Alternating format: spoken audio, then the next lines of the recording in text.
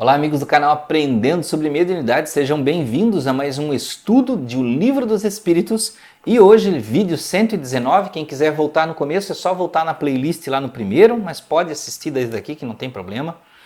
E nós vamos continuar no capítulo Os Três Reinos, que nós estávamos falando, lá no subtítulo Os Animais e o Homem, e continuamos aqui na pergunta número 602.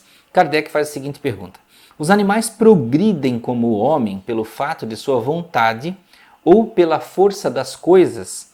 Olha a pergunta de Kardec. E o Espírito de Verdade responde o seguinte: pela força das coisas, por isso para eles não há expiação. Então olha que interessante, nós vimos numa pergunta anterior que os animais não têm livre-arbítrio, então eles encarnam, não têm um livre-arbítrio, eles fazem as coisas muito seguido pelo ser humano. Tá? E aqui ele fala aqui, ó, que eles falam as coisas, não, eles fazem as coisas não por um interesse, por vontade de progresso, de evolução, coisa do tipo. Eles fazem pela força das coisas, ou seja, aquilo que o meio o compele a fazer, seja as situações, seja o homem. Tá? Então, por exemplo, um leão quando está na floresta, ele está andando lá na floresta, ele vê um ser humano, ele não fica pensando assim, nossa, será que aquele ser humano ele é mau ou é bom? Se ele for mau eu posso atacar ele, se ele for bom não? Ah, mas ele disse para mim que ele é vegetariano, então eu não vou atacar ele é vegetariano. Não, ele vai atacar você independente de quem você seja, da religião que você é, porque ele não pensa. A única coisa que ele pode pensar é: será que está no meu território? Será que está me ameaçando? Será que vai machucar o meu filhote? Esse tipo de coisa que é a sobrevivência do animal, tá? E uma outra coisa interessante que ele fala nessa mesma pergunta é que para eles não há expiação. Então, as coisas que os animais fazem não gera lei de ação e reação para eles, né? Ele não tem aquela coisa kármica, né?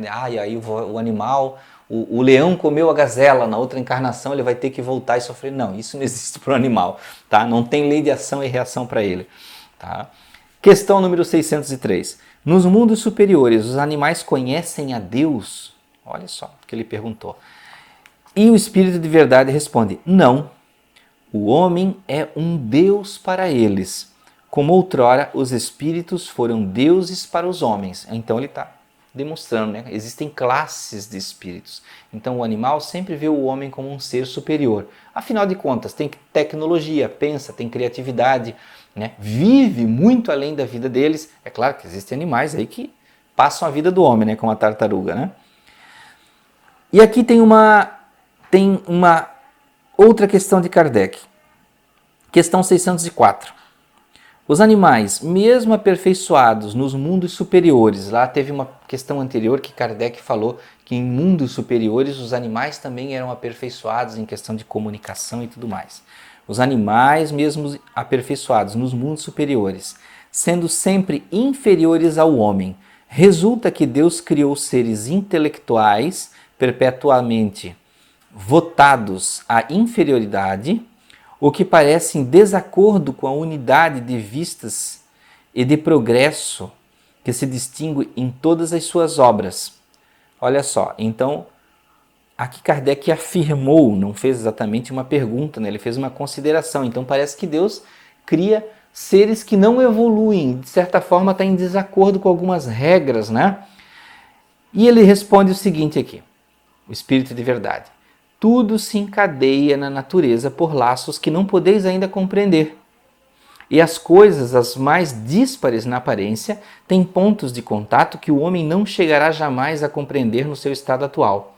Ele pode entrevê-los por um esforço de sua inteligência, mas só quando sua inteligência tiver adquirido todo o seu desenvolvimento e estiver isenta dos preconceitos, do orgulho, da ignorância, é que ele poderá ver claramente na obra de Deus. Até lá, suas ideias limitadas fazem-no ver as coisas de um ponto de vista mesquinho e restrito. Sabei bem que Deus não pode se contradizer e que tudo na natureza se harmoniza por leis gerais que não se afastam jamais da sublime sabedoria do Criador. Olha que interessante aqui, né? Então, ele explicou Às vezes as pessoas acham assim, no livro dos Espíritos está lá toda a verdade, está lá todo... Não, não tem tudo, gente, porque tem questões que Kardec fez, como essa aqui, né, que o Espírito de Verdade não respondeu exatamente. Ele disse, olha, tem coisas que o homem não tem a capacidade de compreender, não tem o desenvolvimento mental para acompanhar ainda, porque ele tem visão muito mesquinha. Né? Então vamos aqui à pergunta anexa 604. A inteligência é assim uma propriedade comum, um ponto de contrato entre a alma dos animais e a do homem? E ele responde, sim, mas os animais não têm senão a inteligência da vida material. No homem, a inteligência dá a vida moral. Então ele explica que o homem consegue ver além do que é material, da sua sobrevivência, do seu instinto de se alimentar, de sobreviver, de propagar a sua espécie, né? Então o homem faz considerações além sobre a vida. Questão número 605. Considerando-se todos os pontos de contato existentes entre o homem e os animais, não se poderia pensar que o homem possui duas almas, a animal e a alma espírita, e que, se não tivesse esta última, poderia viver como animal? Em outras palavras, que o animal é um ser semelhante ao homem, menos a alma espírita, ou seja, um espírito? Não resultaria disso que os bons e os maus instintos do homem seriam efeitos da predominância de uma dessas duas almas? Então Kardec fez um paralelo. Será que nós não temos uma alma parcialmente animal e parcialmente espiritual mais elevada? E ele disse aqui não, o homem não tem duas almas, mas o corpo tem seus instintos, que são o resultado da sensação dos órgãos. Isso que ele falou é importantíssimo, né? Porque se baseia muito na psicologia, né? de como nós respondemos aos sentidos. Então, muito do nosso comportamento vem do que o nosso corpo pede, do que o nosso corpo sente e traduz. Tá? Não há nele senão uma dupla natureza, a natureza animal e a natureza espiritual. Então vejam que ele fala de uma natureza, não que há dois espíritos. Pelo seu corpo ele participa da natureza dos animais e de seus instintos. Por sua alma ele participa da natureza dos espíritos. Kardec faz uma outra pergunta anexa a 605. Né? Sim, assim, além de suas próprias imperfeições, das quais o espírito deve se despojar, tem ainda que lutar contra a influência da matéria? E ele disse sim, quanto mais é ele inferior, mais os laços entre o espírito e a matéria são apertados, não vedes? Não, o homem não tem duas almas, a alma é sempre única em cada ser.